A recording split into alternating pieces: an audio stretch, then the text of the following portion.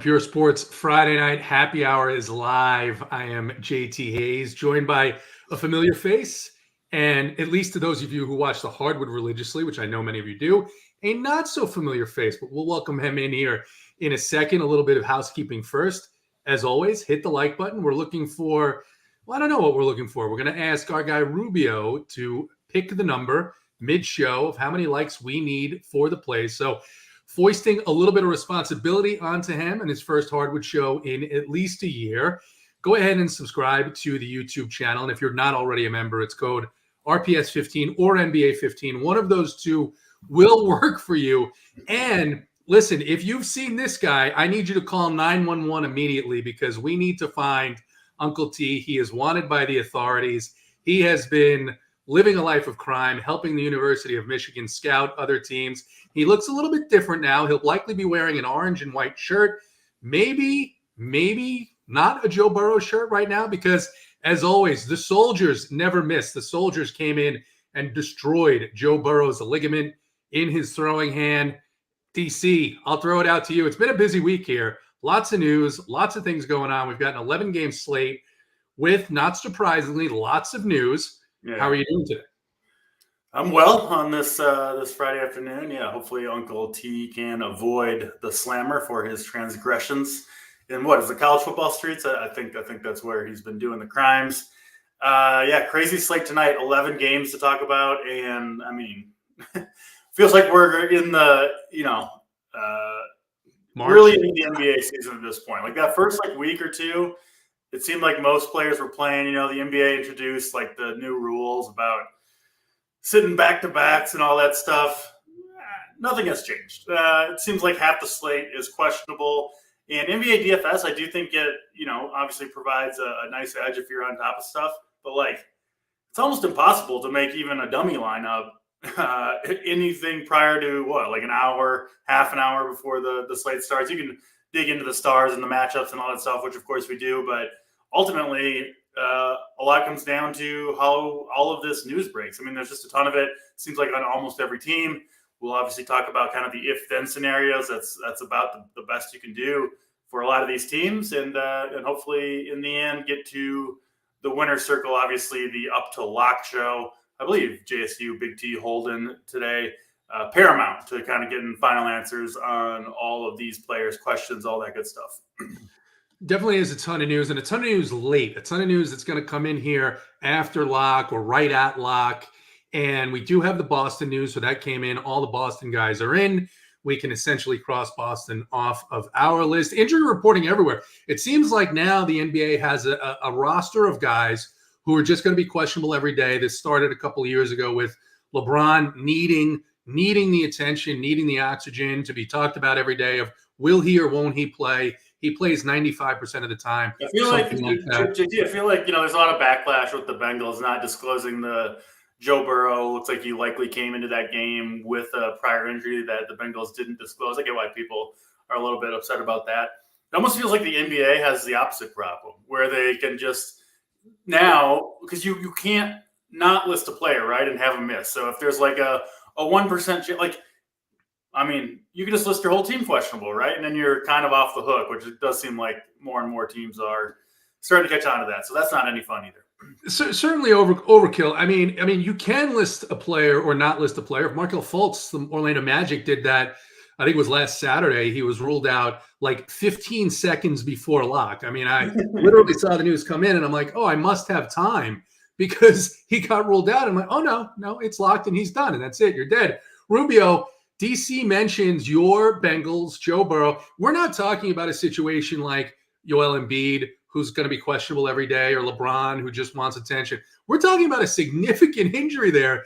And Zach Taylor, who is, reputedly untrustable, unreliable when it comes to injury reporting, was like, you know what? No big deal. We're playing a massive Thursday night game against our division rival. We're going to keep that under wraps. It didn't work out so well for the Bengals. Didn't work out so well for Joe Burrow. I'm sorry about that. Like I said, the Soldiers never miss. But we're happy to have you here. How are you doing on Friday night? Well, I knew as soon as Joe Burrow tried to throw that ball and it didn't work, I just knew the NFL's plan to make the Chiefs go to the Super Bowl again just keeps on getting stronger. This whole false relationship between Taylor Swift and Travis Kelce to go ahead and push the media narrative that, oh yeah, look at the Chiefs, we're trying to get all these Swifties here. I'll tell you, Roger Goodell did something, I don't know, some high-tech technology to screw with Burrow's wrist, and sure enough, us fans of Cincinnati are just screwed from here on out. Do you think that maybe they just gave him a couple of extra vaccines? I heard that they offered the Pfizer commercial to Joe Burrow first, and he said, no, I want no part of it. And now you've got Kelce smiling with a bunch of other people. Turn down the Pfizer commercial. You got to pay the price for that. So yeah, that's true. I mean, look, Kelce's he's up to a little bit of dirt in the mud right now. I mean, obviously he flew to Argentina too. I mean, we all know what happened to Argentina, over the last 70 years. There's a lot of dirt on Travis Kelce right now. So, I'll tell you, the whole Taylor Swift thing is a little bit weird to me. And I think the NFL has something to do with Joe Burrow's wrist injury big time. Well, it's certainly bringing in a lot of viewers to the NFL that don't know anything about football. It's fascinating to see the comments on Twitter on Sundays. And by the way, I don't know if you guys noticed this, but in addition to the soldiers being deadly, they're very thirsty. I had a picture of a scantily clad woman pop up on my Twitter feed today. I'm like, why is this coming up? I go to the profile, and they all have one thing in common. They're followed by Snyder. I mean, the soldiers just can't get enough, DC. It is absolutely unbelievable. Listen, hit the like button, hit the subscribe button. You know the code. It's NBA 15. It could be RPS 15. Use one, use the other, see which one works. If not, go ahead and send a DM to Uncle T because he knows how to cheat the system. He's been doing it for the last couple of seasons for the University of Michigan. All right, we're going to get into this slate. 11 games. We talked about it. A lot of news here coming up later, coming up a little bit earlier. Some big news in the first game here. We've got the Knicks against the Wizards. Look, we've loved to play opposing players against the Wizards so far this season. The prices are getting adjusted a little bit more quickly now. DraftKings making many of these guys a little bit more expensive, but not so much for others like Jalen Brunson. The news here, RJ Barrett and Quentin Grimes. Quentin Grimes, coincidentally, Rubio, with a wrist injury. You know what happens. You know why that happens. 227 total. Knicks favored by 7.5. What do you like here, Rubio, in this first game of the night? Well, I'm really happy to see Julius Randle find some form of late. I mean, that was a very frustrating start, but over the past few games, especially the last 5 games, he's really stepped it up. And, we're used to seeing him in the low 8s. It's kind of risen to 8,800 and stuff, but he's definitely the best value. And like you said, DC, earlier, we got to play the if and then game for RJ Barrett, especially Quentin Grimes too, because, I picked Emmanuel quickly the last couple games and he has had a usage bump. I mean, it's definitely worked in his favor. It's just the results haven't followed. And obviously last game off the bench, it wasn't Quickly. It was the one dominating. It was DiVincenzo. So I think I'm looking at more of the big man, obviously Randall. And then I want to see if RJ Barrett's out. I'm definitely going to have interest in Quickly, even though it's an 11-game slate, even though he doesn't project the greatest as of now. There's someone here with 35-plus point potential for DraftKings. And I love Quickly as always. He gets the rock, shoots the rock. I always love that. And then even I'm not going to have any interest in DiVincenzo at 4,700, despite last time's great game and stuff. But AP was in the chat too, talking about these Knicks, especially going against the Wizards. The Wizards concede so many 3-pointers. So if Quentin Grimes is in, again, it's a little thin for an 11-game slate, but I could see maybe targeting some of these shooters, and Brunson's kind of in that group too. As far as the Wizards side, though, God, you talk about one of the most frustrating rotations. I tell you, how many times can I take Jordan Poole's over on DraftKings Sportsbook and I tore off him like a week and a half ago. You should have done the same thing, Rubio. You're right. Yeah. Didn't we just have this matchup too recently too? How many back-to-back games have we had where a team plays one game and then they immediately turn around and play the next game? I feel like the NBA is really on some cost-saving mode right here. They're trying to save all these private charters, trying to save money. And I tell you, this rotation's so wide, it's so frustrating. And we always target the same 2 guys, right? It's usually Kuzma and Poole. Tyus, I never have interest in just from an upside perspective. Talking about just ceiling. But yeah, I think Jordan Poole. I'm not going to go back to it, DC, but no. God, he's due for a 40-point explosion. God, it's just frustrating because he's not. It's the rotation, everything around it. I think I'm just going to settle for his prop tonight, though. Probably at points. Probably at 16.5 or some shit. So, Rubio, your interest mainly on the Knicks side here. DC, look, big news here if RJ Barrett misses and Grimes miss, because now maybe you'll get Emmanuel Quickly starting He did not draw the start the last time that Barrett missed. You've got Jalen Brunson, 8,300, and you've got Mitchell Robinson at 5,500.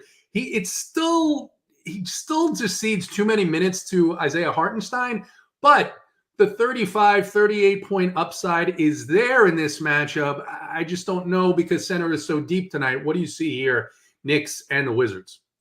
Yeah, pretty interesting game to start off. I'm off the Wizards side with Poole. I'm not playing Poole anyway, but with him healthy, with Kuzma, with Tyus Jones in there, the minutes have been all over the place, like Rubio mentioned. It's a slow pace, pretty good defensive team in the Knicks. 11 games, first game of the night. I'm not going to lock into what I think are questionable DFS plays with the Wizards, but the Knicks side, depending on the news, you certainly have to consider. We did see RJ Barrett miss both Monday and Wednesday, I believe. The last two games, I think those are the days with that migraine illness. I thought he would play Wednesday, and I kind of think he'll play now. You'd think you'd be over it after a week, but we don't know. It's the NBA. Listed questionable again. If he's out, and Grimes, I think, has a pretty good chance to miss regardless, you're suddenly looking at a potentially very, very thin rotation or tight rotation for the New York Knicks, who they only played 8 guys in their last game against the Hawks with Barrett out. And that included, 29 minutes from Quentin Grimes. I don't really see anybody kind of waiting in the wings to step up into the rotation for the Knicks. Now, they might, dust off an Evan Fournier or something like that, but we know Thibodeau loves to play his guys big minutes and play tight rotations anyway. I think we could see, a mostly 7-man rotation. And 2 of those guys, Mitchell Robinson and Hartenstein, never, ever play together, right? So you could be looking at, a situation if both Knicks guys do miss where Brunson, Randall, Hart, DiVincenzo, and Quickly, right? It's essentially 5 guys that are going to get all the minutes at 4 spots against maybe the worst defensive team in the league playing at a fast pace. So, yeah, first game of the night, I don't want to lock in too much, but if both Knicks guys are out, I am in on the Knicks, certainly. I think Randall, my favorite, probably followed by Brunson. But really, I do think all of those guys would be in play. If one of Grimes and Barrett misses, especially if it's Barrett, I do think you can go back to most of the Knicks in this matchup. We'll just have to wait on the news. Obviously, first game of the night, we will have it, hopefully, in plenty of time to make adjustments. So, important first game here, no doubt about it. And, yeah, again, if both Knicks guys do miss, and it does seem like there's at least a reasonable chance of that, I think you could do a lot worse than kind of loading up the wagons on the Knicks. And I will say, Mitchell Robinson, yes, ceding a lot of minutes to Hartenstein. This is a smash spot against the Wizards, who are, tissue soft on the interior. Could be a game where he hits his minutes ceiling. It's kind of volatile with him, but he should be playing awesome. And if you're producing and playing great, Tibbs will maybe give him more minutes. So regardless, I do think Mitch Robinson is an interesting player. Tissue soft. You love to see it. And yes, you definitely want a couple of these Knicks if Barrett or Grimes or both of them are out. Hit the like button, guys, in the chat. We've got a bunch of our regulars here. Bean Air is here. Bean Air, don't insult me. That is definitely not a snapback that Pooh was wearing. It is a fitted hat. That's all he wears. He gets the best. And Travis, sweet Travis Mangone, it's nice to see you. Good that you could join us on a Friday night as well. DC, we'll move to the next game. 240.5 total here. Milwaukee, unfortunately, they're playing Charlotte. Milwaukee favored by 9.5. Booknight, Rozier are out for Charlotte. Chris Livingston is out for Milwaukee. And kind of big news, Miles Bridges is in, 5,300 on DraftKings. Gordon Hayward and Brandon Miller are questionable, however, and Giannis is going to be back here. Marjan Beauchamp also questionable for the Bucks. DC, what do you have here? A massive total, but also a fairly big spread, and Charlotte has been less and less competitive of late. Yeah, this one pretty straightforward for me. I do think Hayward and Brandon Miller are both going to play. It doesn't sound like their injuries were serious. I think I saw a report that they were both at practice yesterday. I do expect both guys in there. And even if one misses out, I'd be really surprised if they both did. Miles Bridges being back for Charlotte, I think he sat out the entirety of last year and obviously the first 10 or whatever games. this year. He's going to have a big role on this team. I mean, back when he was playing, like, he was considered better than his brother, Mikal Bridges, who's obviously we've seen his ascension over the last year. But Bridges is going to have a big role in this team based on everything that the coaching staff has said. And he is going to take away, I think, a lot from guys like Miller, Hayward, PJ Washington, to some degree, LaMelo Ball. And we just don't know what the rotation is going to look like. But all those guys, I think, are overpriced at this point, assuming they all do play. And then I don't really want to go to LaMelo. LaMelo would be the one guy that I think you can play here, just because Milwaukee is a team to attack with, lead ball handlers, which LaMelo is, he's in that role as much as anybody in the entire league. So, yes, you could play LaMelo. If you want to get contrarian, a LaMelo Giannis stack, right? Hope this game goes over that 240 total. Hope it stays close enough where they both get their big minutes. That would be where I would look in this game. Pretty much just Giannis for me on the Bucks. I'm not going to go back to Lillard with Giannis back in there, but he should eat on the interior in this game and really get kind of whatever he wants. So I do think Giannis is a good contrarian play. LaMelo Ball, to some degree, not really on much else in this game personally. All right, DC. And just so you know, just to keep it straight, the chat is coming and banding together to attack you, much like the honorable and very important sideline reporters have banded together to attack the wonderful and great Charissa Thompson. They are saying that you are filled with lies and that Miles and Mikal Bridges are not brothers. And we'll do what Charissa said, DC. We'll say, chat, stop being fucking babies. He said what he said. They're brothers. Let's move on. They're not brothers. They are brothers. Fuck these people. Rubio, Milwaukee at Charlotte. What do you like here? Looks like it's going to be a tricky rotation for Charlotte, and looks like maybe Miles Bridges is going to be a little bit popular. I think I'm off of Charlotte altogether. Maybe some sprinkles of LaMelo Ball, as DC said, and not really a ton of interest in Milwaukee either. What about you? I think DC, and you put it perfectly too, obviously, JT. And why mess with a rotation that has so many uncertainties on an 11-game slate with Charlotte, right? You get Brandon Miller back in the mix, you get Gordon Hayward back in the mix, and then you're throwing in Miles Bridges on a rotation that has already been maddening all season. LaMelo Ball, point guards against the Bucks. That's going to be a theme that we do throughout the season, as it already has been. But you're going to have an 11-man rotation. There's not even a certainty that Miles Bridges is going to come in and play 25 minutes to 30 minutes at all. And you're paying a guy who hasn't played basketball, organized basketball, and over 600 days, I'm willing to bet, or at least 550. I don't see the appeal. And obviously it wasn't injury, right? It was, stuff that we probably don't want to talk about in the show or whatever. I just don't see it with him. And it's not like he was a stud. I mean, he was very good 2 seasons ago and stuff, but it's not a risk you take on an 11-game slate.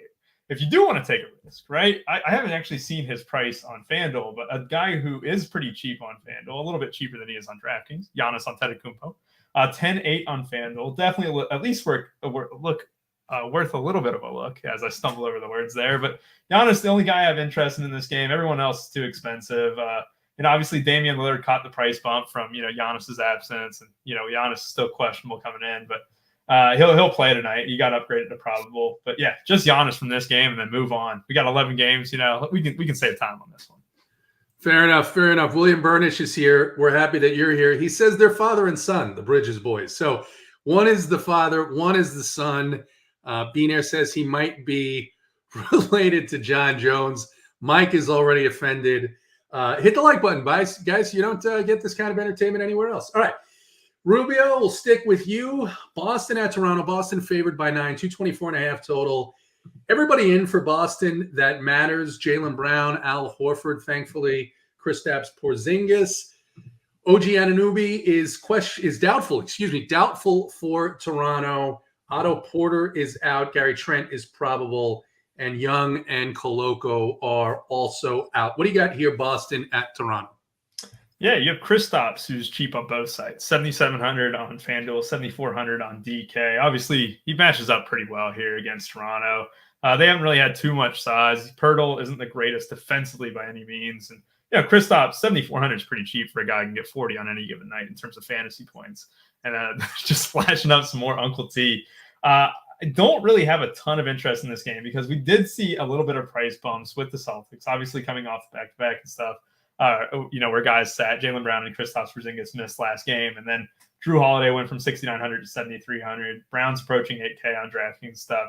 Not a ton of appeal, and there's not a ton of injury concerns here on the Boston side of the ball. Kristaps, one of the only guys I'm really looking at. I think the case could be made for a little bit for Jaylen Brown, just because we have seen him pop off at times, get 30 points. The pace of this game isn't going to be the greatest by any means, but when you go to the Toronto side, Trent, he's going to be probable. Siakam has really picked it up lately, but do we really want to attack the Celtics defense too much, right? I mean, Celtics have always been so consistent. It's not like the Toronto team total is incredibly high. It's like 108 in the Sims on SaberSim. They've been playing a little bit of a wider rotation as well. It's not the most pleasing game, and I hate to just kind of skip over 2 games and stuff, but KP and Jaylen Brown, the only 2 worth a look here. And I know if Anunoby misses, it can bring some others in play, but I don't really think I'm going to attack it on an 11-game slate like this, JT. Yeah, we've got some better games here later, but DC, Porzingis, Rubio mentioned it, 7,400 on DraftKings. He's been pretty good this season, and this is a spot where you're going to go up against Jakob Poeltl for 20 minutes, and then Precious, Boucher. These guys don't play much defense. What are your thoughts here on Toronto and Boston? Just not enough usage to go around, I don't think, for the Boston starters when they're all healthy. We saw, I think that was on, I get the games mixed up. I think on Wednesday with Jaylen Brown and Porzingis out, Derek White ended up being a really strong play. Tatum went off. But when they're back in, I mean, I'm going to do the same thing I've been doing with Boston for most of the year. I'll pass on this game. It's not going to be particularly fast. And I'm not picking on Boston when they've got their starting 5 healthy. I think this is going to be, at season's end, assuming they stay relatively healthy all year, the best defense in the entire league. It seems like they're playing with a lot of pride defensively, which you certainly can't say about every team. And I will pass on Boston and Toronto, barring unforeseen news. Fair enough. Porzingis, a price play, obviously 7,400. But you're right. It is an 11-game slate. We probably have better plays at the center position. Maybe in this next game, Philadelphia, right here in Atlanta. This game, DC, expected to be close. It's even. Vegas isn't sure who's going to come out on top. 236.5 total, which is very nice. Nick Batum is out. Got some personal reasons going on. He didn't get hit by a car as far as we know. Joel Embiid is questionable, of course, because it's a day that ends in Y. Probably going to play here in a fairly decent, I guess, game of importance against the Hawks away from home. What are your thoughts here? Atlanta with what is now a massive rotation and the 76ers. Yeah, this game should be played with a lot of pace. Obviously, you've got the big total, which makes it a somewhat appealing game. Problem is, no real injuries or no significant injuries on either side of the ball. Takes me off of most of Atlanta. I think Trae Young would be the guy. Maybe DeJounte Murray too. I think either of those guys, I certainly wouldn't play both on the same lineup, but either or I think is okay if you want to get off the board a little bit. I do think you can attack the Philadelphia backcourt to some degree with Tyrese Maxey, as good as he's been offensively, not the best defender in the world. So, yeah, I think the Atlanta guards are fine. Philly side, I do think Joel Embiid, we can put him in the bucket, and he'll probably sit tonight after saying this, but I don't think this injury is real at all. I was looking at watching the coach interview, and he's like, the reporter asked Nick Nurse about Embiid's hip, and Nurse is like, he hasn't mentioned it to me. So sounds like Embiid is totally fine to go. This seems like a fake questionable tag. And yeah, I mean, he can absolutely eat against Atlanta. I think he can take on, obviously, he's matchup proof, but whatever they throw at him, I think he's by far the best play on Philly. Obviously, center is kind of loaded every night, especially when you got Embiid and the Joker both on the slate and, on the same day. But I do think I slightly lean Embiid tonight. He would be the guy I would go to from Philly, but overall, I think there are better games on the slate. All right, fair enough. Rubio, your thoughts here. Philadelphia, Atlanta, mentioned Atlanta's big rotation. We all expect that Embiid is likely going to play. It looks like Tobias Harris, who is 6,300, at least on DraftKings, is maybe one of the most popular players on the slate. The question is, does he have a ceiling at his disposal here in this matchup? Power forwards against Atlanta do very well, but it just seems like he's always a 30 to 34-point player. I want a little bit more on an 11-game slate. What are your thoughts specifically on the popularity of Tobias Harris and any other plays in this game? Yeah, you got to respect it. A little bit of a flow chart play here. Yeah, Tobias Harris specifically, he's always been a guy when Embiid's out, I'll target him, right? He gets a lot more usage, does really well. I think we have to adjust, though, because James Harden no longer a part of this offense, right? So we're still kind of getting settled into what this offense looks like post-James Harden. It's been a lot of Maxey. It's been a lot of Embiid. But quietly, at 6,300, when's the last time that Tobias Harris, got less than 29 DK? And that's the second game of the season. And I don't like the game logger by any means, but you get a good matchup here. This is post Harden, of course, and you're getting some more usage, and I think it's okay to kind of accept him in. Like 6,300 is not the worst, but you're right, JT. I don't know if he has the upside to warrant someone that you're trying to force in, right? If you're in a 2v2 and Tobias is a part of that 2v2, that's fine. But he's not going to be a guy who I'm starting as a building block piece. I'm not going to put him in and okay, here it's time to build, right? A guy who I could do that with is Joel Embiid. Like you said, DC, he's 1,100 cheaper than Jokic on DraftKings. Like, that's substantial. And Embiid has just been an absolute unit. This is a good spot for centers. It has been. I think this is 28th ranked matchup on the flow chart, right? This is one of the best matchups that he's going to get after just having two tasty matchups against the Pacers, too. It's not like the pace is going to go incredibly down. I just don't see what's not to like around Embiid. But I do think his price on FanDuel at 12.2 does warrant like a little bit of hesitation, but on DK, especially with two center spots too, right? You can use all that salary. I do love, Embiid tonight without a doubt. Harris is going to be the second behind, and then I don't think it's outlandish to even say that DeAnthony Melton's worth a shot, just because we have seen some incredible games from him recently. 11-game slate though. Don't really want to name everyone, but and I guarantee you Tyrese Maxey is probably kind of feeling disrespected by the lack of talking about him. 9K for a guy who's hit 50 and 60 on this in the last couple of weeks or so. I don't think it's a bad spot at all. I mean, I love attacking Trae Young. I mean, that dude cannot defend anyone in the world. I don't want to completely forget about him, but I do think that's more of a 20 max play, or if you're trying to mix it in. You don't want to get too cute on an 11-game slate, but 9.1 for a guy who's just been an absolute stud all season to start out.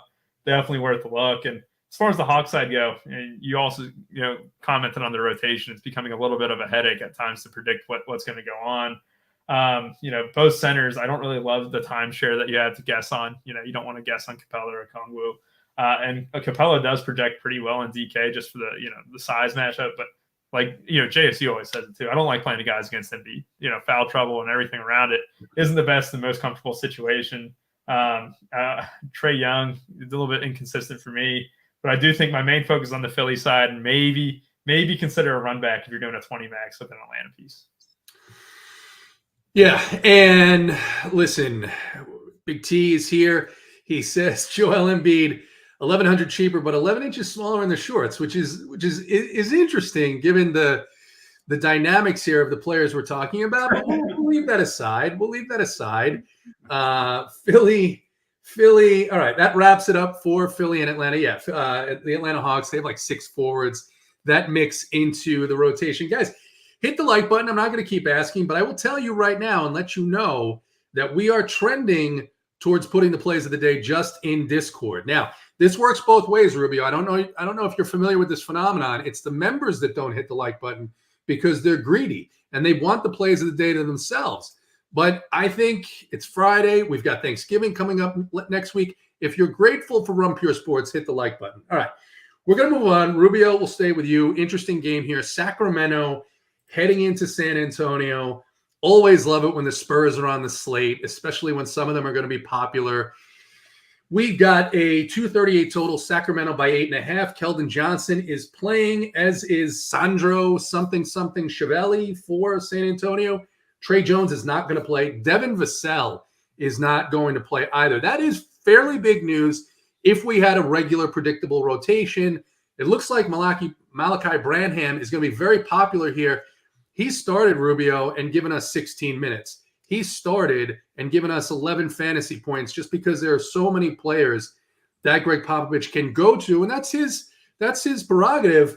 I am feeling out on a popular Malachi Branham on an 11-game slate. What are your thoughts here, Sacramento at the Spurs? Yeah, it's an early game, which is weird for the Kings and Spurs, right? You'd expect this one to kind of tip off at like 9 o'clock or 8:30, but no, it's an early one, and definitely has a little bit of importance. Like, I do want to see the starting lineup. Obviously, Keldon is back in. It's further going to muck up this rotation a little bit. I haven't really loved playing a lot of the Spurs just in regards of where, when Keldon's in or Shohan, but Trey Jones being out does help Shohan a little bit. But you still have a 10-man rotation easily here. And we saw Champagne play really well last game, getting there and steals and blocks and stuff. I just don't see where this massive bump for Malachi Branham comes from. And if he is going to approach double-digit ownership, it's definitely a stay away from me, because last game should have been one that he thrived in. He got a little bit of extra burn, but ultimately didn't end up getting there. I know the Sacramento Kings matchup is a little bit better. It's a pace-up spot. It's good for everyone, but I just don't see it. I think Keldon Johnson being back kind of neutralizes the situation. Trey Jones being out, we've seen him out. Vassell obviously out too, but I don't have a ton of interest. I think Zach Collins is always going to be someone who projects really well. He's done really well at times this season, has 40-point upside, and I do always mix him in, and he's always super cheap on FanDuel. So if you're looking at FanDuel, love my guy Zach Collins there. Even on DK, you can make the case for it. And I didn't even realize I was looking at FanDuel stats. 3,900 for Branham on DK, still stay away at 33%. Oh my God, that's 33% ownership for a Spur as a spot starter, but with like 3 or 4 other guys behind him. Yeah, that's stay away. That's glaring. That's flashing red lights. He has all the red flags in the world, but maybe I can fix her. But I do think Sabonis, Fox here worth the case. Fox less so on DraftKings, even though I love the upside that he showcased against the Lakers recently. This is a juicy game that you can attack, so I'm going to spend like a little bit more time on it. But you look at Fox and what he's done. Point guards against the Spurs have been something that we've attacked in the last year or so, and I do love the fact that you can get 50 from him, feel fine, and he's never going to really get a ton of ownership. People don't love playing Fox; he's always single-digit owned. Sabonis coming off, what was it, a 70 piece against Anthony Davis and another weak interior. The Wemby's fixing that a little bit. I just think this game environment just has so much potential, and I can see myself playing 2 guys, but avoiding some of these landmines like Branham and even Keldon Johnson projecting 15% ownership. I don't love. I do think that you can kind of attack the studs like Collins, Sabonis, Fox, and kind of leave it there, and then kind of let people kind of trip over themselves. I know it's a pace-up game. But there's a lot of landmines here, and I kind of want to avoid those on an 11-gamer.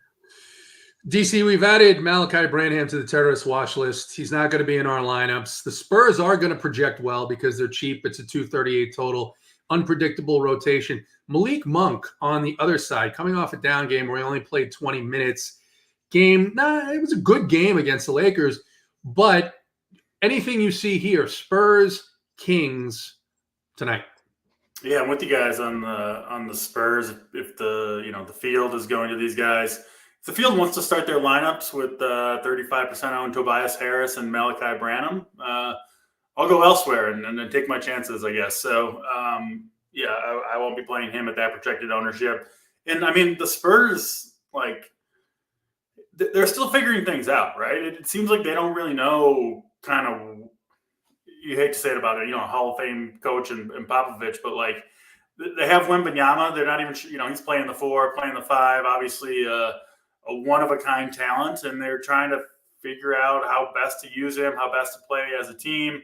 We're seeing multiple guys get chances at kind of the lead ball handler role, even with Trey Jones out. I mean, at times it's going to be Sohan, Devontae Graham. They dusted him off last game. He had a significant role. You'll see Branham get a chance. You'll see Keldon Johnson get a chance. We saw Champagne. I don't know how to pronounce his name. We'll call him Champagne. Have that big game off the, kind of out of nowhere last time.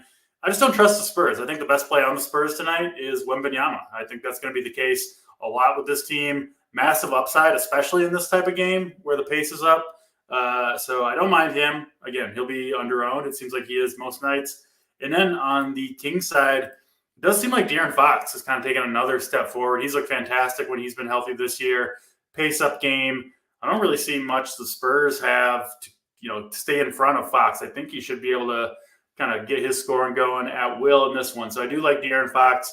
He'll be somewhat low. And I don't mind the Monk call. I probably wouldn't play him and Fox together, but 5,400 for Monk seems reasonable. And then kind of a direct pivot off of Tobias Harris. Same position, same price would be Keegan Murray at 6,200, 5% owned versus, 30% owned. Seem like pretty similar plays to me. His minutes have been up. He can get hot from 3. Great matchup, all that stuff. So he makes some sense to me as well. Keegan Murray, I like that price a lot on him in this matchup with upside there. DC, we will stay with you in a game that, listen, all these games have some, not all of them, actually. The Charlotte guys are in now, DC. You are absolutely correct. 100%. Both Miller and Hayward are going to play. It's a total mess there, that rotation with Miles Bridges' first game back. This game has the biggest news of the night, in my opinion. Detroit at Cleveland. You've got Darius Garland and Donovan Mitchell questionable. I mean, there are locks here in LeVert and Struss if these guys are out. You also have in this game, Marvin Bagley is in. However, according to reports, DC, it looks like our guy, Kevin Knox, he's not our guy. Kevin Knox is going to start. He's still in the league. I saw him take the court. I was watching the Pistons game the other night. I had a player, I think it was on the other team, and I saw the guy, and of course, I remember him, and I'm like, well, what is this guy still doing in the NBA? Looks like he's going to start because Jalen Duren is out. Okoro is going to be out as well for Cleveland, as is Ty Jerome. Livers, Monty Morris are out. What are your thoughts here? I don't know how you assess this game without that news. Because if you're thinking about it, that news, if it breaks where both those guys are in, then you're looking at maybe Mobley, maybe Jared Allen, and likely nothing else here. If both those guys are out, you probably want 3 Cavaliers in your lineup, given the state of the Detroit Pistons. What are your thoughts here, DC? Yeah, well, first of all, Travis, you just need to calm down a little bit. When you're on this show, on the free show, you're yawning, you're struggling with you're listening. The chat's calling you disinterested. What's wrong with Travis? You're off the show. You're getting all excited with Mr. JT Hayes and Johnny Sins comments. So bring the energy on the show, Mangone, and keep it out of the chat. Who's Johnny Sins?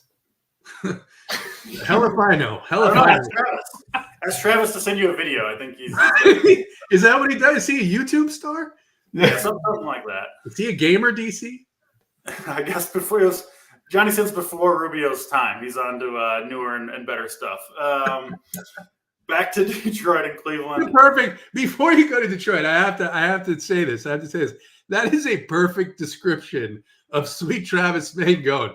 He's on the show. He's texting. He's posting on Twitter, paying attention to absolutely nothing. He is off the show, and he's hanging on every word that we are saying, coming up with nicknames, spamming the chat. I love it. Go on. All right. Yeah. Detroit side, yeah. I don't love a lot here. I don't trust the big man rotation. Cleveland, I know they haven't been as good defensively this year. I do think that will turn around now that Jared Allen's getting healthier.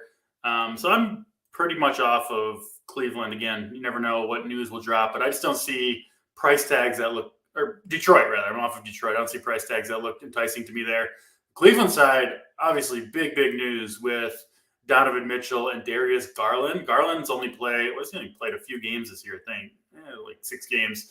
But yeah, he's missed time. He missed Wednesday with the neck injury. Same thing he's on the injury report tonight with. So I think there's a pretty decent chance Garland sits. And I believe Mitchell also missed a game with this same hamstring strain. It's possible, Cleveland thinks maybe they can beat Detroit without both of these guys if they're a little bit banged up. If Mitchell and Garland are out, you just have to play Caris LeVert. I don't care what his ownership is. He's going to go off in this game. There's just no question about it. He would be the best play on the entire slate, in my opinion. Don't care about ownership. He would be 100% lock play for me. I like him if either Garland or Mitchell sits, but if both are out, I just think you have to go to it. Mitchell, if he plays with Garland out, I think is a pretty fun play. This is obviously a really good matchup against Detroit. And then Evan Mobley, I don't really think is all that affected by any of the news. I kind of think he's in his usual role regardless. Obviously a little bit of a usage bump if Mitchell and or Garland sits. He would be kind of the guy that you can play either way. But yeah, I mean, if we don't get news before lock, I'll be saving a spot for Caris LeVert. Obviously a somewhat early game here. Shouldn't be too difficult to do. And then, like I said, Detroit side, not much interest there for me. All right, hit the like button because Rubio right now is going to tell us how many we need to give the plays of the day. And it'd be a shame on such a fun Friday evening before the thankful holiday coming up. Rubio, what are we thinking here before you get into Detroit, Cleveland, as much as you can say about that with the news pending? What are your thoughts on the number of likes that we have to get those plays of the day out? I'm feeling good right now because it's almost Thanksgiving, and I can't believe I didn't mute my other computer when I was checking to see how many likes we had. We're at 100. We have 341 watching. I was gonna say 200, but I think we can do 175. All right, get a nice little ratio of like almost half the people watching. If you like the video, apparently, like JT, you have the biggest fan in the world. I mean, Mike, just gave you one of the best compliments in the entire world just a few comments ago. I tell you, I think he deserves like 10 likes on his own. So I might dock it to 165 for that comment. You think so? Just because they're being so effusive in their praise that maybe we go to 160. Well, we'll see. We'll leave it at 175, but we'll also reserve the opportunity to move it backward. I like it. We might go down to 169 like Jay Ruff put. I like that. I like that number. But I'm with DC here. When you talk about Bagley being in, right, that's obviously pretty big news because Kevin Knox was wearing the starter jersey and in warm-ups or whatever, shoot around. Crazy as that is. Yes. Yeah, I'll tell you this. Like if he starts, he was on the winner last time. He was on the second place team the last time the Pistons played. Can you believe that? Kevin Knox of all people. But forward's usually weak in regards to just any position in general. But I can see it at 4,100 if he starts because they haven't been loving playing Bagley a ton. I mean, I know they haven't really loved the idea of, playing a Stewart with Bagley or even Stewart with Wiseman. So it's been a little bit of Stewart at the 5, or when Stewart's off the court, they got Wiseman in there or Bagley. I could definitely see 30 minutes in the cards for Kevin Knox. I would love to see the starters. I would only do that if he's starting and stuff. Not often that we're going to see Cade Cunningham below 8K. If you did want to take kind of a shout amongst your teams, he would be a guy where if I'm doing 20 max, I definitely want to sprinkle. And it's easy game to game stack if, we get the news that, Donovan Mitchell and Garland miss or one or the other. And I wouldn't mind kind of running it back to Cunningham just because 40 plus potential. I like how he spent the summer in US with basketball. I just like that narrative around him. And obviously he had a great game to start out the season. It's kind of fizzled out, but I could definitely see that. As far as the other side of the ball goes, because I'm with DC, Pistons don't have a lot of interest in outside Cunningham or Knox for me, really, and that's only if Knox starts. We had these 2 injuries early in the season. You pointed it out. Both guys have missed time to it. Garland's missed way more games than Mitchell, but Mitchell did miss a game with a hamstring injury. A lot of these Cavaliers have, and it's definitely worthy to note that Jarrett Allen as well is power forward eligible, and he's been on a minutes limit over the past week. If that minutes limit ever gets removed or whatever, and you're the first one to catch it, 6,300 is a bargain on FanDuel, and you're not going to see him be power forward and center eligible for too long. I definitely think they'll remove that. 5,900 is not bad on DK either, where we get 2 center spots. He's definitely a guy I'm interested in. I want to play the what if game real quick. If Mitchell's out and Garland's in, Garland, right? If Garland's out and Mitchell's in, 9,500 is a tall ask to pay. You get a ton of stud options today. But if anyone does have 55 plus potential in a script like this, Mitchell's definitely in play. We've seen him get 70 plus already this season, where he's just absolutely nuked the slate.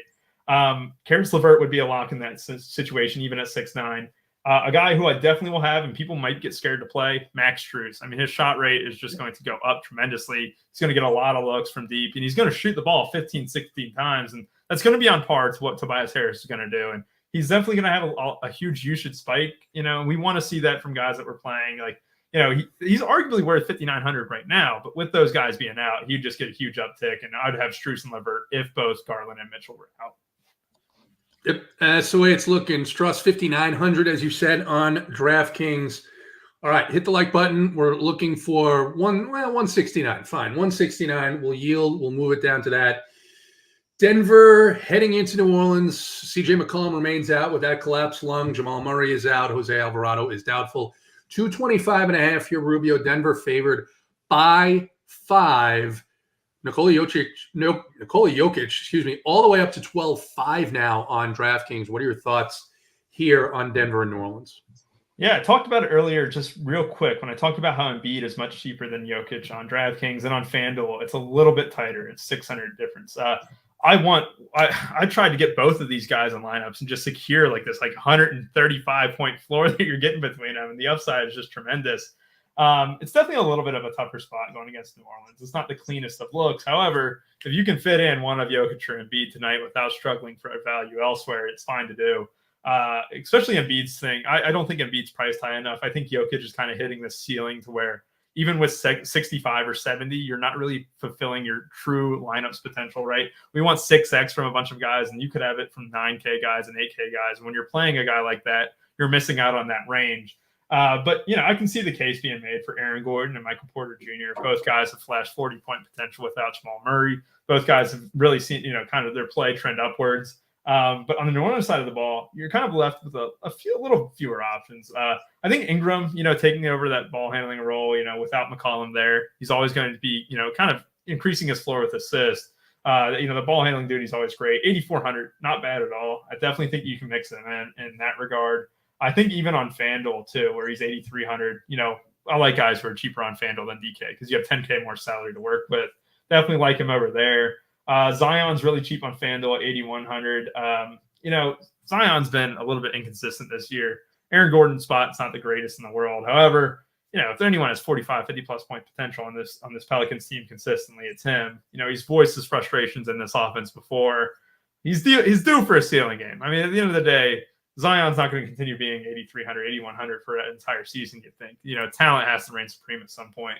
But other than those guys, I don't love the case for Reggie Jackson or KCP on an 11-game slate. Jackson can easily lose minutes, even though Malone has been losing confidence in this bench. I don't love the fact that Gillespie is right there behind him, and you got Strawther in the mix too. But in KCP's price where he's been all season, basically his entire career. So other than those guys, not a ton of interest here. All right, some news, DC, before we get to you. Quentin Grimes has been ruled out. RJ Barrett is a game-time decision. Giannis is going to play. Marjan Beauchamp is out for tonight. Zion had 51 or 53 fantasy points last week when these two teams met, the Pelicans and the Nuggets in Denver. DC says, Rubio mentioned Reggie Jackson says price down now to 5K, but he really just hasn't been all that effective and not as much involved in the offense as Gordon, Porter Jr., and Joker. What are your thoughts here, the Pelicans and the Nuggets? Yeah, I'm higher on the Denver side overall. I mean, we saw these teams play 3 or 4 games ago. I think the Joker put up 79. Gordon and Michael Porter Jr. were both around 40 in that game. And really, Aaron Gordon's been very, very consistent since the Jamal Murray injury, getting, 35, 36 minutes a game and putting up 40 fantasy points pretty much night in and night out. I actually like the matchup for him against Zion Williamson, who's not a good defender.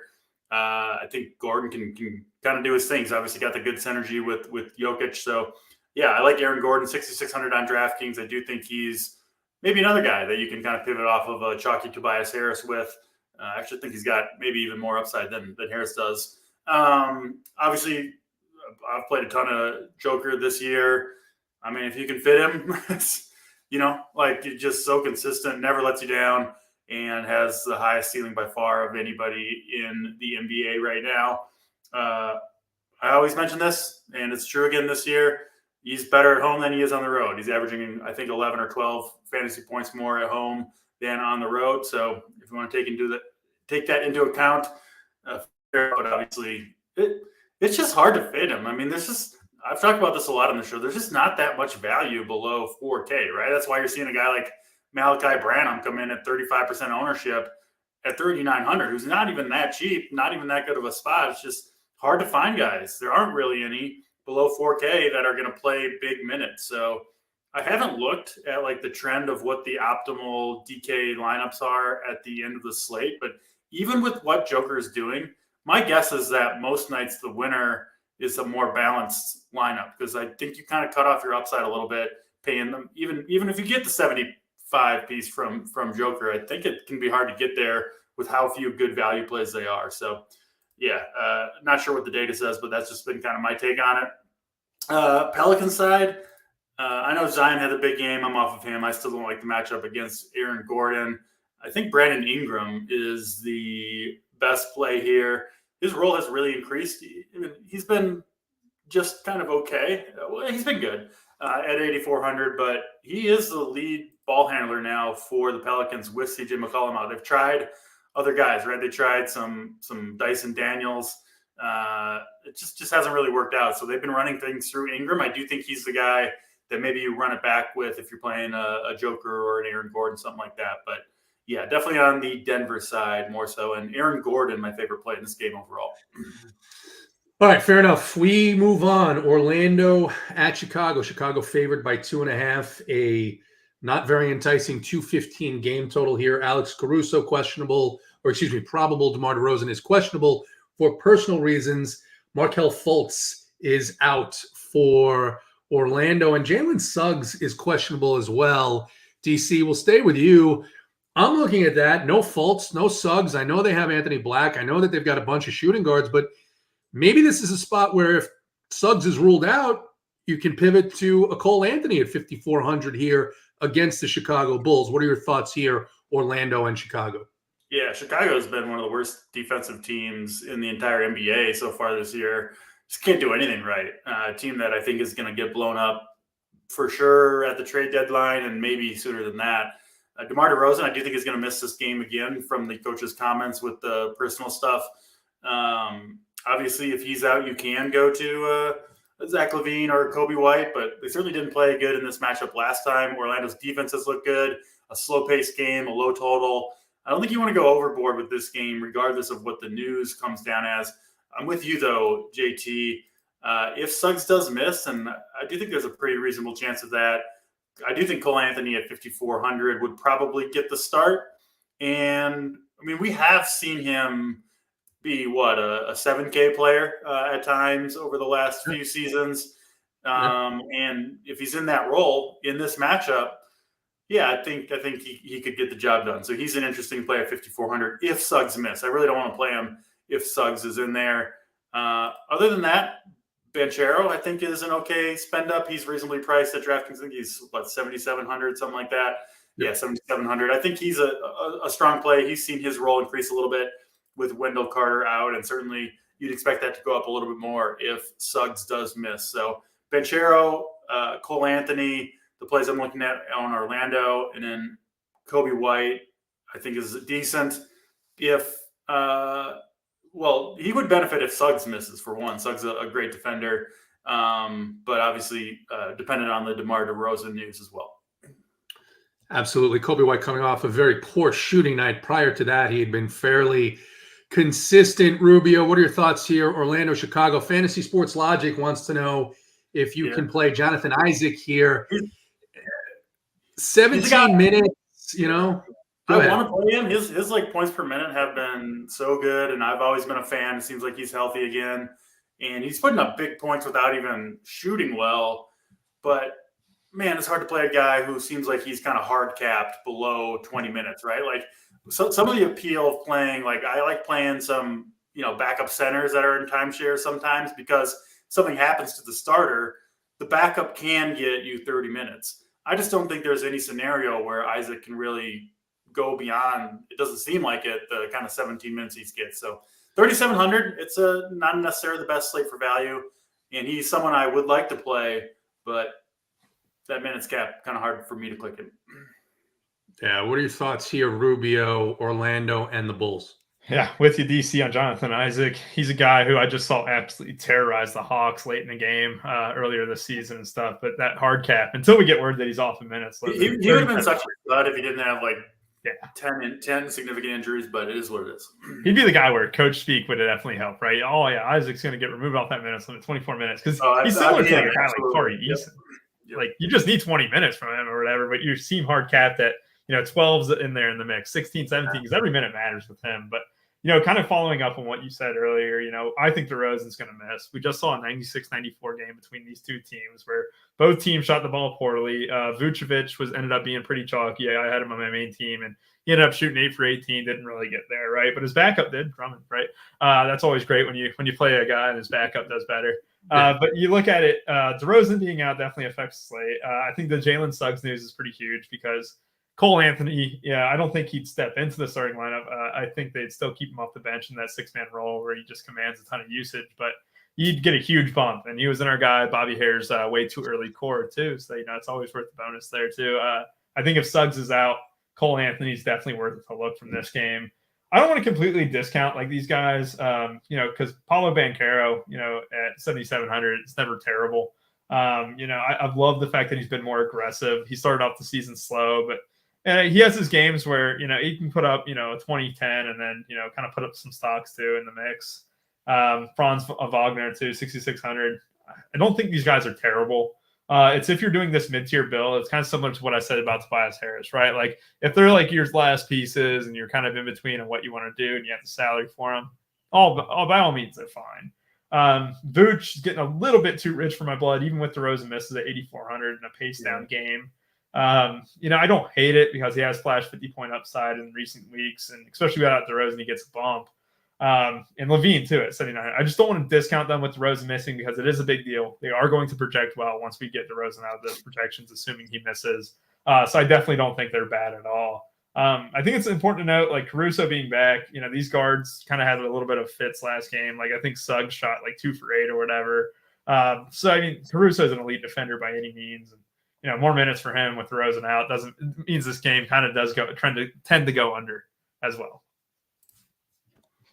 All right. Franz Wagner at 6,600 is interesting on DraftKings, but do not want to get all crazy with this game. Certainly don't want to overload on it. What I do want, and what we do want collectively, is for you guys to hit the like button. We need about 23, 24 more to get to 169. Very generous number. Rubio's not a regular here, so we set the number very low. We lowered it even a little bit more. So go ahead. Even if you're a member, don't be greedy. Don't be selfish. Remember, the holidays are coming up, and Santa Claus is keeping an eye on you. Rubio, we're going to the next game. This is a game that I'm interested in targeting. This is a game that I'm potentially interested in maybe getting over the field on. The Lakers heading to Portland. Lakers favored by 9, 226 total. Anthony Davis probable. LeBron James is questionable. Vanderbilt remains out. For Portland, Malcolm Brogdon is out. What are your thoughts here? Yeah, especially on the Portland side of the ball. I actually just got off the phone with Mangone a couple hours ago, and I hammered the Mays at 8 and props overs. It's a good game environment, especially for both teams. But Grant is the one who sticks out on FanDuel at 6,800. I think that's way too low of a tag. I mean, he's still the engine of that team. I mean, May is going to handle the ball. Shaden Sharp's going to do his thing. But Grant's going to be the guy you expect to get 20, 25 real points, right? And that's what I like to see from one of my guys who's under 7K, a guy who's just going to be the alpha of the team. And even on DK at 7,300, it's not a huge discrepancy, but 500 cheaper on FanDuel just goes a long way. I think Ayton, he's going to be a guy when he's under 7K, you have to consider. He's going to be a 20 and 10 guy in this offense consistently. Last game, super disappointing. I understand that, but there's been games before where he's gotten 45, 50. I like Ayton at under 7K. We just saw what Sabonis did to Anthony Davis. It was rather a massacre, a one-way massacre where Anthony Davis just disappeared from the game. And big men have killed Portland. I don't want to ignore AD here at 10.1. I know you're getting different. You're getting kind of off the chalk at under 5%. I know, JT, you're a big fan of off the chalk. So, I mean, you kind of get off that Embiid and Jokic builds where you're going 2.5K cheaper at center, a 1.3K cheaper at center on DK if you're going Davis. It's not the worst thing in the world. Portland's been really weak just defensively and stuff. I just like the way this sets up. Grant and Ayton and Davis, the main 3 guys, even LeBron at under 10K, he's kind of showing up and just been like alpha. He's just been the alpha. He's showing everyone what LeBron James is about. He got a nice little bit of rest, and the calf injury was a little bit of concern, but ultimately he's been fine. And, dropping 55, 60, he just ate against the Suns a few games ago, I should say. But yeah, Skylar Mays under 7K, definitely worth a look, especially on both sites. But DK, where you don't get docked too bad for turnovers and stuff. Not bad at all. I just kind of don't really trust Chauncey Billups a ton, but I can't let that interfere with it. Just such a great game environment. DC Mike is willing to do some things that are unspeakable before he plays Andre Drummond. But DC, what are your thoughts here? Portland at the Lakers, or the Lakers are in Portland. I don't want the sideline reporters in chat to get all over me. The Lakers are in Portland. What are your thoughts? It's just a DFS lineup, Mike. You'll be fine the next day if you don't cash. So be careful what you commit to before you play a.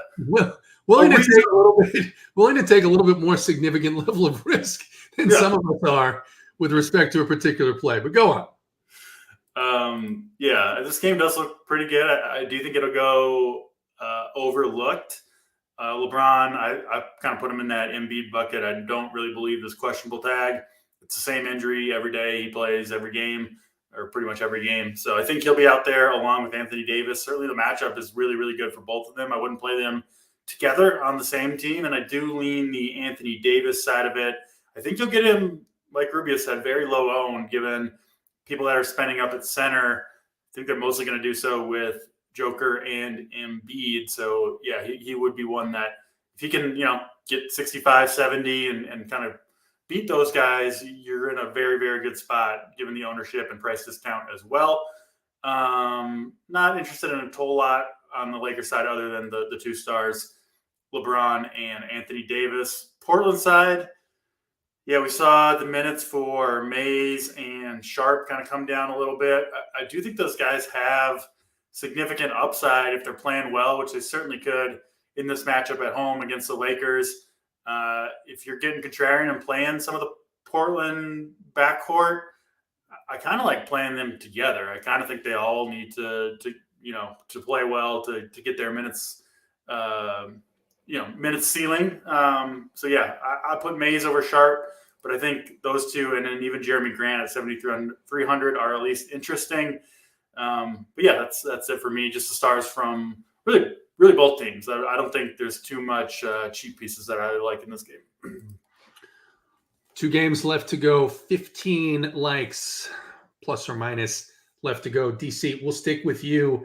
Phoenix heading into Utah. Phoenix only favored by 5.5 here, 237 total.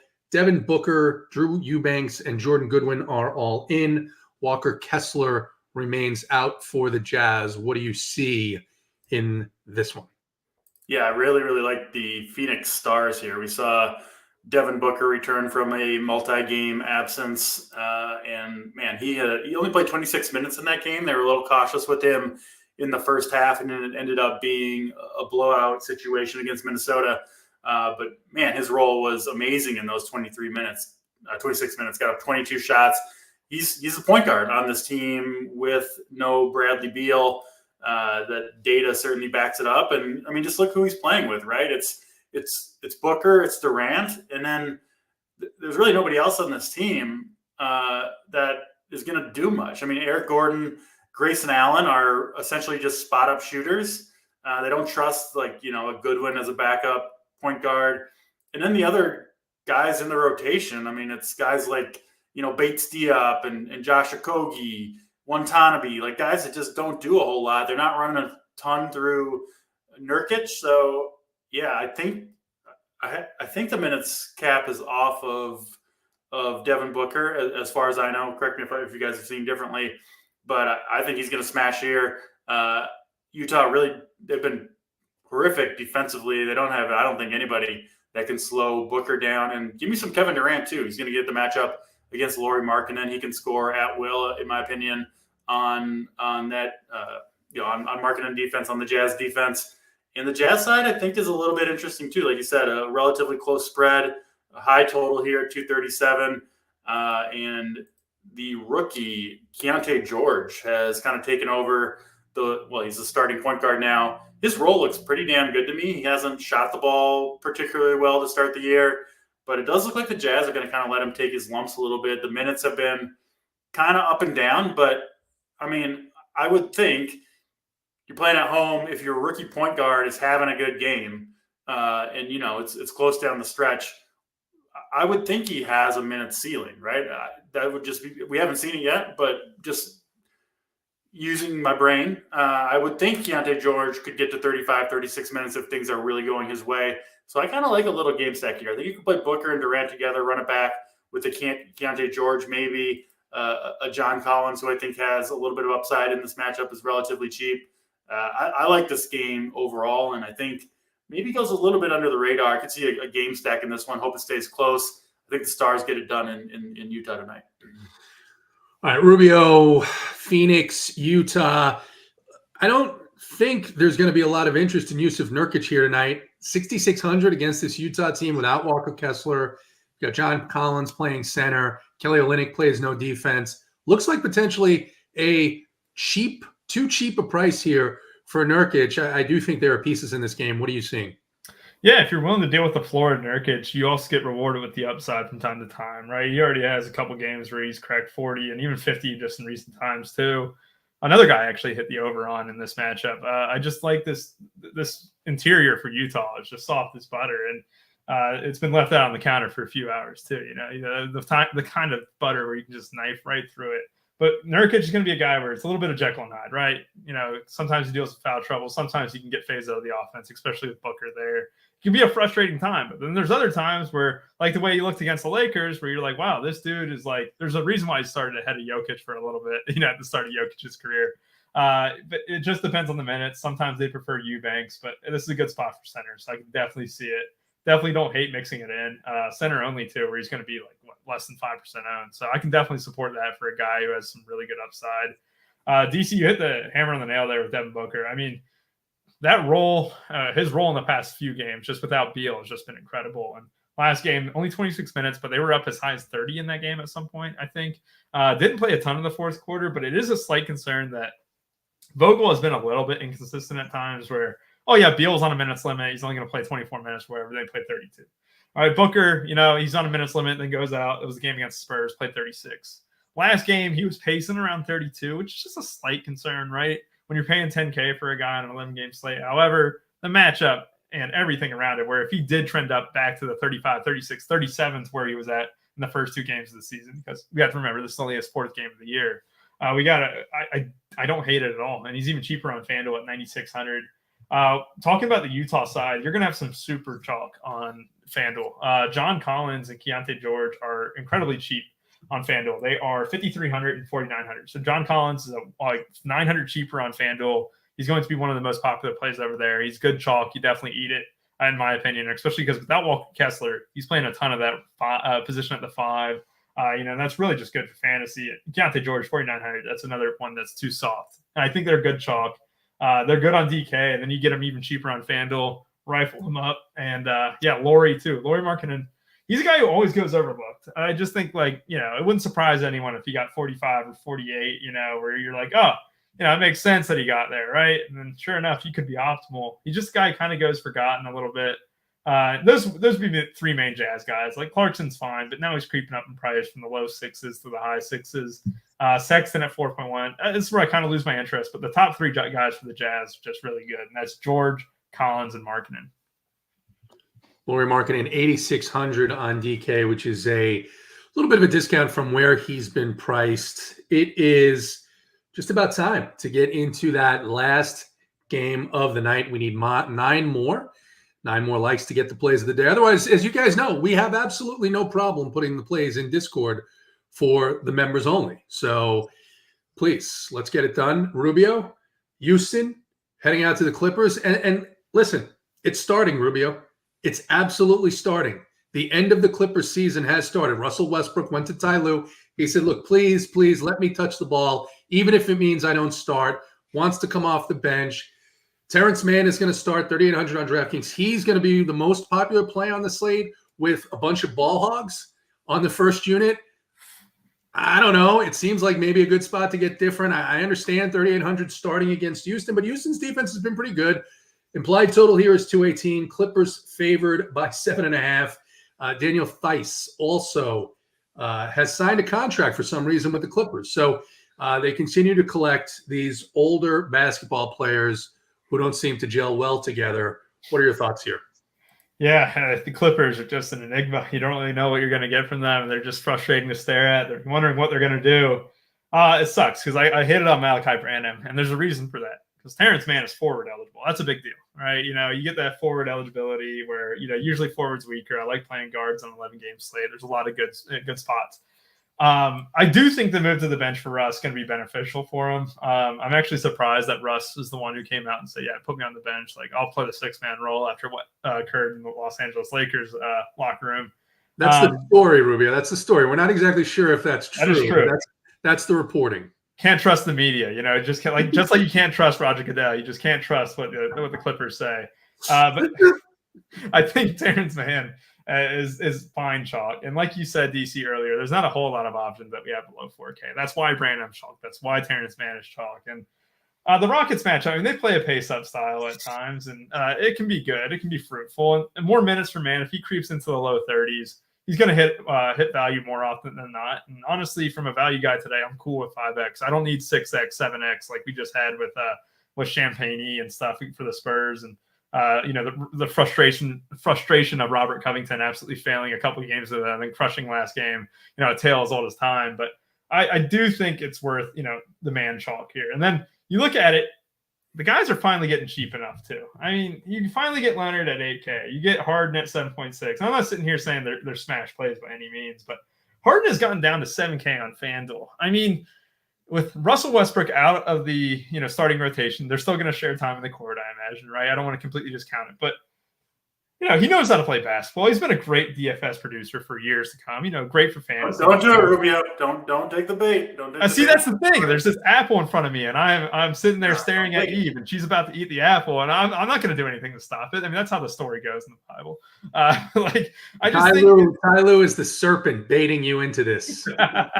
He really is. I mean, I think on FanDuel it's worth the poll. I just think he's due for a 40-point game. And I know the frustrations around it.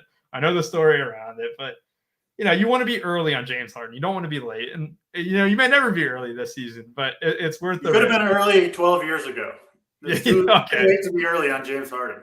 We played him so many times in the playoffs too, and it was just a bad time. Like, if you've taken 7 months off of playing James Harden, you probably had a much better time than me. But I think it kind of sums it up. I do want to mention the Rockets side just because there aren't a ton of injury concerns or whatever. But Sengun, I mean, you always get a guy with 40+ upside. He's going to be in the teens ownership wise. I don't hate it ever. Guy with triple-double upside, kind of lower owned than he should be on a slate where the mid-tier build is viable. I can be baited into some Sengun, and it kind of applies to FanDuel as well, where he's only 8,200. But other than that, give me Terrence Mann from DraftKings and then Sengun maybe a little bit, and then I'm done. DC, Fred VanVleet coming off a game where he didn't shoot that well. He's now 7,500. He's going to face James Harden's defense. He's going to face a team that's going to argue over the basketball. What are your thoughts here on the Rockets and the Clippers? Yeah, Clippers have lost, I believe, 5 or 6 straight since acquiring James Harden, which was entirely predictable when the trade went through. And I mean, obviously, they're not going to lose every game, but I think people like our friend Rubio over there are going to buy into this changes things for the Clippers. Listen, Russell Westbrook was only playing 30 minutes a game. He's still going to play 30 minutes. They've still got the 4 guys. They were trying to stagger them before when they're all in the starting lineup. Like, they're still going to spend essentially the same amount of time on the court together. It doesn't really matter that Russell Westbrook is coming off the bench. So, sure, I think it's the right move for the Clippers to bring Russell Westbrook off the bench. But I don't think it really changes all that much projection-wise for any of these guys, including Terrence Mann, who now has to share the court with 3 guys who still think they're stars. And instead of running the second unit, I don't think his minutes projection changes all that much, even in the starting lineup. So throw Mann in the Malachi Branham and Tobias Harris bucket of guys I don't really want to play at 35% ownership, to be honest. So I'll be off the Terrence Mann train. I haven't played a Clipper since the trade. That will continue tonight for me. Houston side, really the only 2 guys I think are good plays or reasonable plays, at least. VanVleet, who has missed a game or 2, but I mean, he's had a big role on this team when he's been in there. 41 and 40 minutes in the last 2 games that he's played. And then Sengun, like Rubio mentioned, I do think 7,700, good matchup for him. They do run the offense pretty much through those 2 for the majority of their possessions. I think both guys are reasonable, but most likely I won't be getting to much of this game on my main team. All right. The people got there, 176. So even beating the original number that Rubio set, which is fantastic. It's been wonderful having Rubio here. Remember, once again, if you see this man, don't approach. He is armed and dangerous with recording devices to steal potentially your signs as well. DC will get you the plays of the day, the mom's basement play of the day. I'm not real sure where you're going to go. I'm excited to hear. The people are excited to hear what is the mom's basement play of the day.